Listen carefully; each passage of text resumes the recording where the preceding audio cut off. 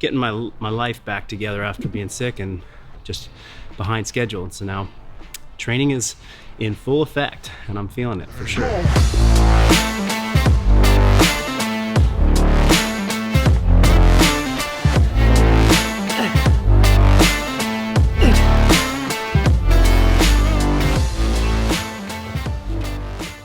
It's Wednesday, which in our programs is day 3. And I find that day 3 is a tough one because not everybody out there can really train more than 3 days a week, let alone 5 days a week. And so training for 3 days consecutively, which is how the program is written, a couple of our programs are written, even by day 3, if you're like an advanced athlete, or even an intermediate or beginner, the fatigue starts to set in. If you really give hard efforts on day 1 and day 2, day 3 is, not the day that you're going to be able to usually set a PR.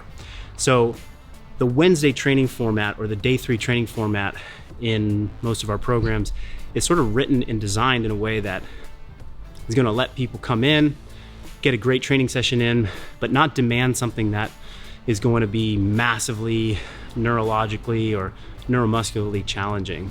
Now, probably what you're seeing on the screen looks pretty tough and pretty challenging, and it was, but there's some thoughtful things that I put into the program to ensure that we can come in even on day 3, ideally after some good rest and some good nutrition, and you can get in another solid day of training before you take a rest day on Thursday. What are those things? Well, in the perform track, which is what I just did, I usually make Wednesday, from a strength training perspective, it's a single leg training day.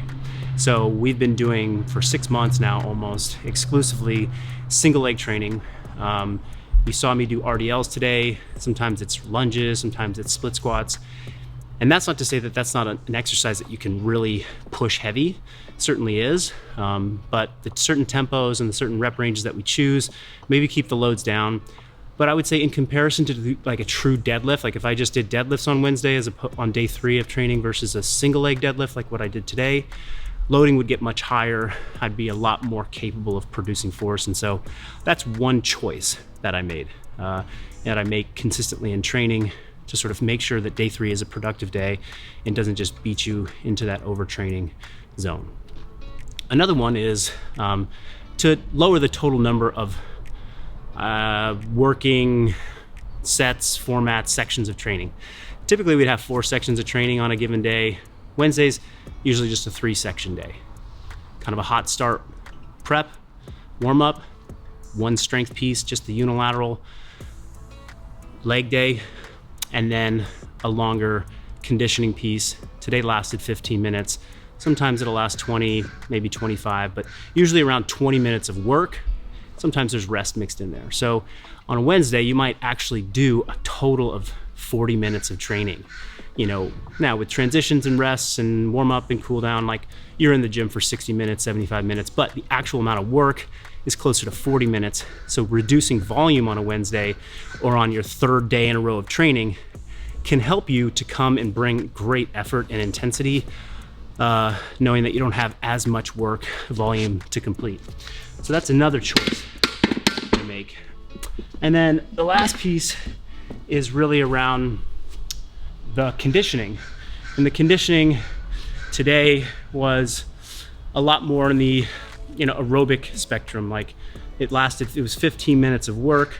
Yeah, I was doing weights and I was doing box jump overs, some explosive movements and powerful movements, but the cadence of everything I was doing was moderate pace. I wasn't sprinting. The list of exercises or the number of reps was sufficiently big enough where it's like, you have to pace yourself. And that type of conditioning work can be a bit more forgiving on a 3rd day in a row of training. So we might do our sprint work on Monday, something else in the high power zone on Tuesday, but then on Wednesday, we might slow it down, and that way it's less intimidating. You can bring high quality effort to it, and you can get a different form of, muscle endurance work on a Wednesday.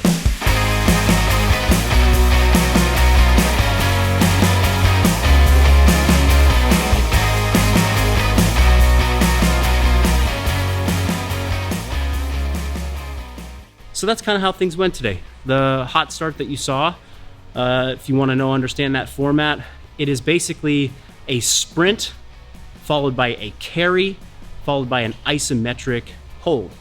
I like that sprint, carry, isometric because it gets the brain to wake up, gets a little bit of power, even though if it's at the beginning of your session, which today, that's how we did it, you're not gonna be able to bring max intensity. So you're sort of just building up your brain and waking things up after the last 2 days of training. I like carries. Carries are great for trunk bracing, learning how to breathe, especially if you come off of a sprint and you put kettlebells up in the rack. You're trying to get big air into your lungs, but it's compressing that down. So you have to learn how to breathe in different ways, through your diaphragm, through your belly. Plus you work great shoulder stability, which warm up and preparation is time for stability movements as well. And then the isometric holds, especially one like the single arm ring plank, that is, again, isometrics are one of my favorite tools to use in that prep. It's a great way to focus on stability of muscles and joints, mind-muscle connections.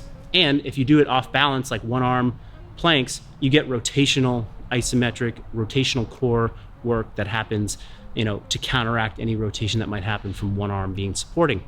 So I love that. We did sprint, carry, isometric, rest a minute. Sprint, carry, isometric, rest a minute. I think if you're hearing this and it sounds appealing to you, steal it. Use that format, use it in your prep, use it with your group classes. It's a great tool to get things started for everybody. And that took about 12 minutes and then went right into my RDLs.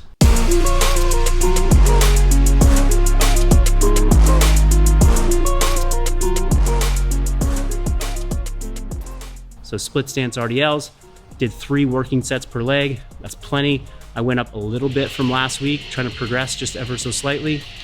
And then there was a chipper at the end, a finisher with 5 different movements, lots of reps, 70 reps, 60 reps, 50, 40, 30, 20, rower, swings, box jump overs, lunges, squats, burpee pull-ups, really just a full body attack.